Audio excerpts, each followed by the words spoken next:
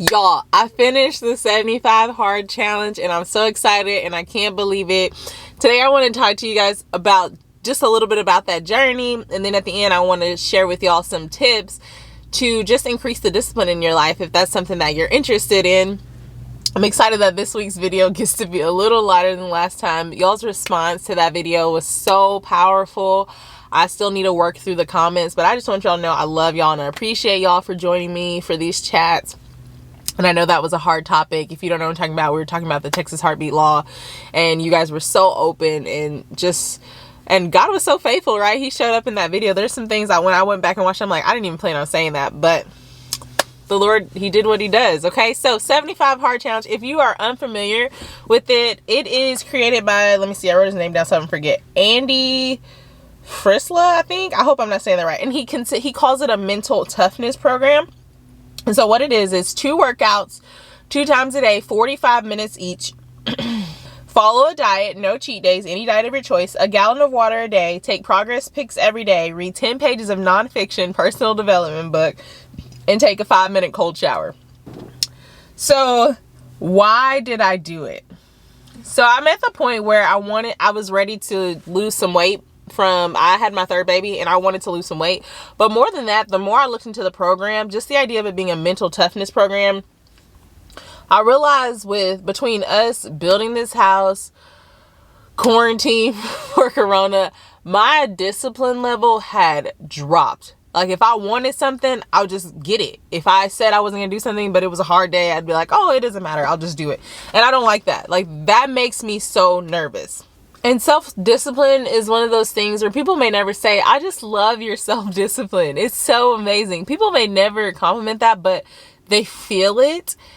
And it makes you feel safe. I feel safe following a leader who is self-disciplined. There's just something about it. If they can discipline themselves, I feel as though they are used to denying their flesh and denying what feels good. And so self-discipline is something that I don't ever want to lose or to get sloppy with.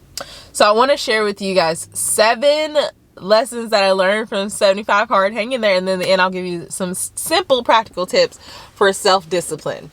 Number 1, the decided mind is so powerful and really unstoppable. So it's kind of the idea of whatever, when there's a will, there's a way, the corny saying, but it's so true. I kind of played around with the idea of 75 hard and just thought about it here and there, but I was just like, my life is already hard. Why would I add something on top of that? But when I decided, no, I'm going to do this, and on Thursday, that is going to be the first day. It's crazy. Your mind shifts to find little ways to make things happen that you have personally decided you're going to make happen.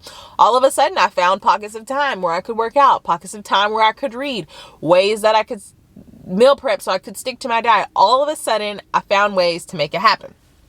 Number 2, focus requires sacrifice.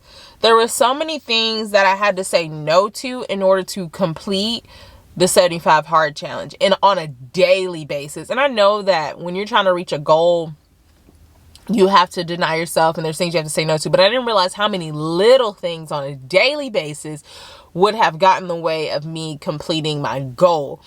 And it made me think, how much am I letting slide on a daily basis that's keeping me from getting to my other goals that I say I want to achieve? For example, after a church event, we like to go out to eat. I had to say no a lot of times, especially if it was a night church event. I had to say no because I had to finish my walk. So it makes me think, by walk, I mean my 45-minute second workout. So it made me think, like, how many times am I saying yes to stuff that doesn't seem like a big deal, but really I need to be at home sleep, or really I need to be at home editing a video, or really I need to be doing all these different things. Number 3, you can't do hard things without other people. If it wasn't for my husband, I would not have been able to complete the 75 hard challenge. With kids, it's just, it took both of us. It really did. And I'm so grateful for him. There were just from him shifting his schedule to where he would wake up earlier so that I could wake up early and just focus on working out while he prepared the kids, or little stuff where we would, if we're at church and we had something late, we still had to walk. and he would walk with me. We would have to, sometimes we wouldn't start that evening walk, because I did a walk for my second workout, because when I went into this, I already knew the goal was not to be sexy plexy. It was not to be killing myself. So in the morning I would do a legitimate workout, and then at night I would walk, which I'm saying legitimate, but walks can really do something for your body, and they de-stress you. I'm getting distracted. But so in the evening, sometimes my walk, I wouldn't be able to start it till about 10:30 p.m. And so we would go up to the school where there was lighting and walk around there. And he would join me. And I told him one time how grateful I was for him doing that. And the whole time I thought he was just being sweet. He's like, I don't want you walking by yourself in the dark. So I guess I still appreciate that. But those became some of the sweetest moments that we had together. So I'm appreciative of that. But for real, I could not have achieved it without him. And I know you should never say can't. Never, I literally could not have done it without him. Not with having kids. Number 4, I don't need as much sugar and crap in my life that I was putting in my body. Period. There's really nothing else to this lesson. There's so many things that we think we have to have, or, well, I can't live without this. When you decide you don't have to, you don't have to. And after I finished 70 hard, I gave myself a cheat day after, and I felt like crap. So I just went back to little to no sugar, and also just little carbs. Number 5, the power of consistency. So this is something recently that I've really been thinking about and listening to motivational speakers talk about, or successful people talk about. And I think we get it, but we don't get it. You know what I mean? So just the consistency of the day in and the day out is what bears fruit a lot of times. And so it's like, oh, I was on a diet for a month and I didn't see results. But that power of doing it every single day, something gonna break. It's like something is going to move. You're going to see progress just the day in, the day out. And another thing with the consistency is, in the past, I would set a goal for, if I do XYZ, I get this reward, if that makes sense.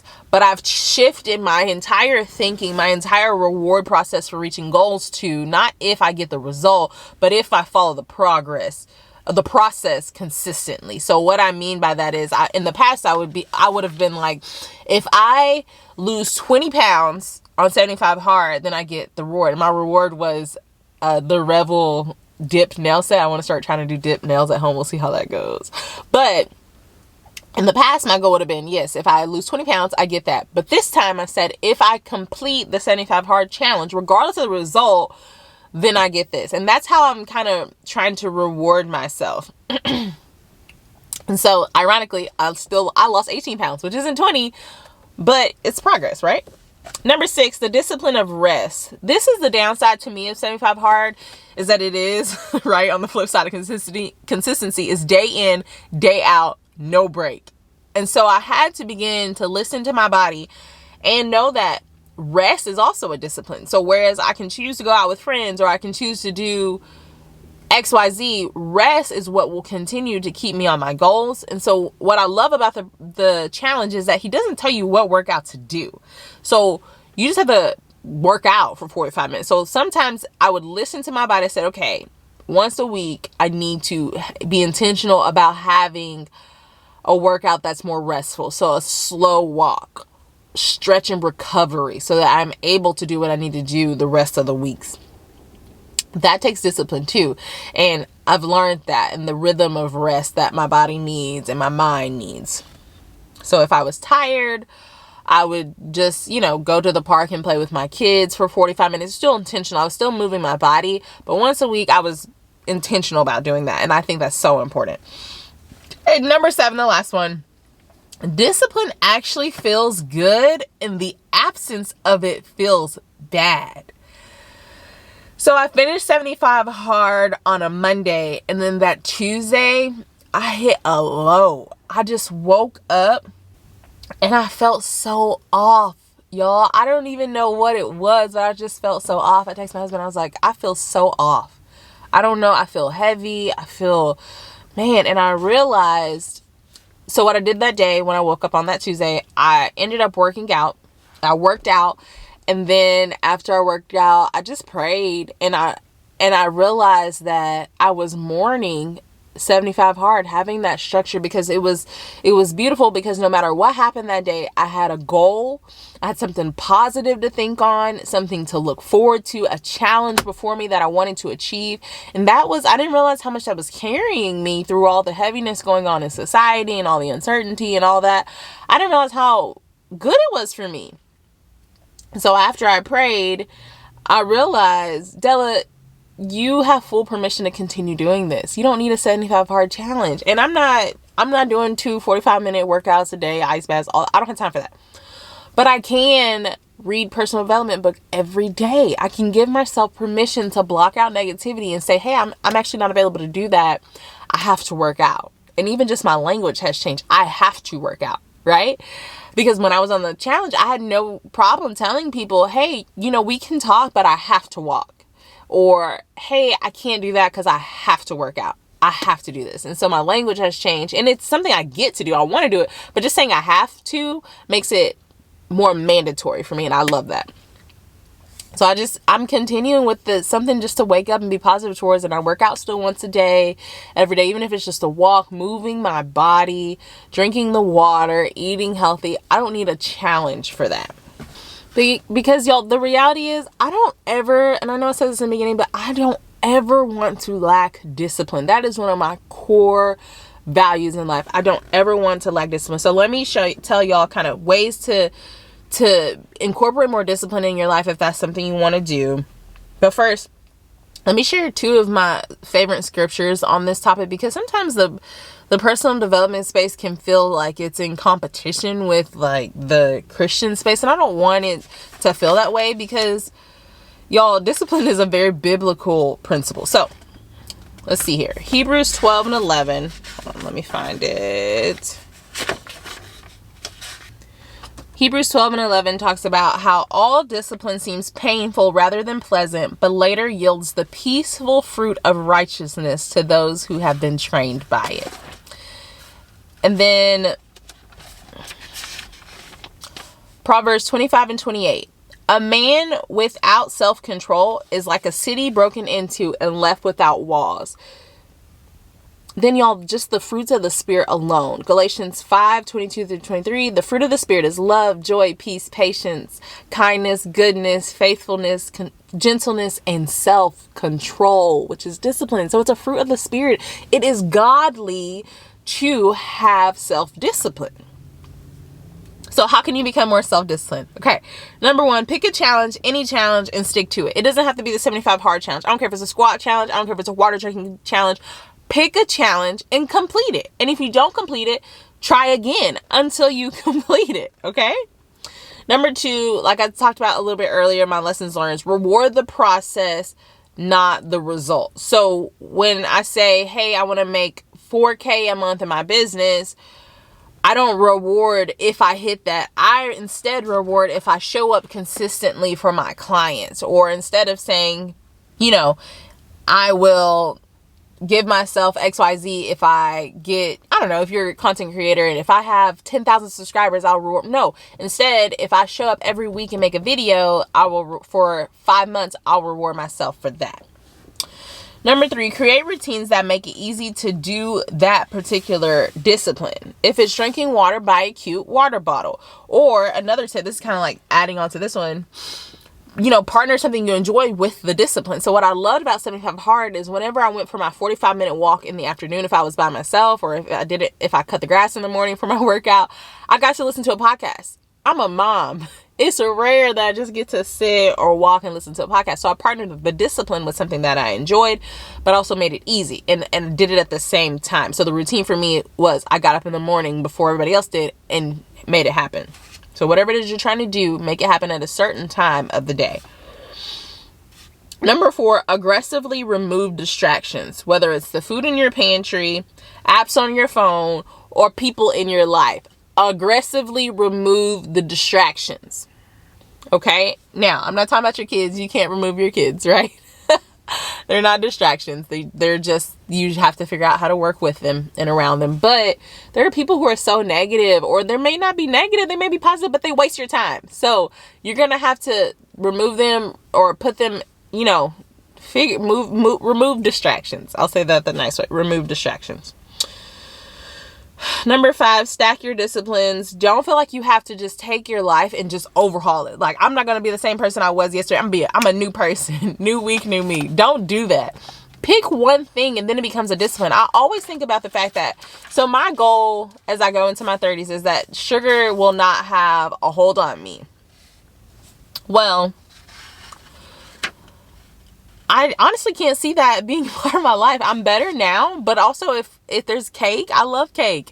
But I think back on the fact that I don't drink soda. I don't ever really drink soda. If I want, I force myself to drink soda sometimes if there's a special event, but I don't care for soda. Well, in high school, I started just saying, I just want to drink more water. I started drinking water. So here I am 10 plus years later, and it's not a problem for me. So it is possible for sugar not to be a problem. So I'm just stacking them. I already have the water thing down. Now I've just got to master the eating thing and I'm good. So stack your disciplines. If it's going to be reading, stack that. And once it's like habit stacking. Once you master that, then do something else the next year. Don't feel like you have to do everything at once.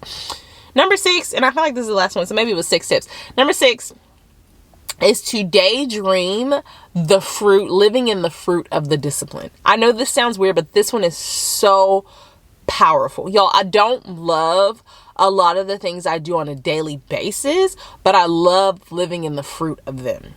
I don't love budgeting and cooking at home, but I love the financial goals that we've been able to reach. I don't love working out all the time, but I love being strong. I love that I don't get sick very often. I love that. I don't love editing videos. I hate it, but I love connecting with you guys in the comments. And so that makes it worth it for me to have that discipline of editing and consistently showing up for you guys. Y'all feel me? So whatever it is, whatever the discipline is, dream about whatever fruit will come with it. So it's not sexy to think, oh my goodness, I'm about to miss all these dinners with my friends because I'm trying to buy a house. Yes, but daydream what it's going to be like to invite your friends to your new house and they get to sit in it because of your discipline of yesterday. You're living in the fruit of it today. So just daydream, live in the fruit of it. Okay. Just daydream about yourself fitting those jeans, or daydream about yourself owning that business that gives you the freedom to take care of your family. Live there, and that'll help you have the discipline today. So if you made it this far in the video, I love you. I want to know in the comments, what are you going to try to become more disciplined with? Have you done the 75 hard challenge? Are you thinking about it? Let me know kind of where your head is around these things. And if you are new here, I would love for you to subscribe. I try to do these Friday chats every Friday. I love you guys, and I will see you next week. Bye.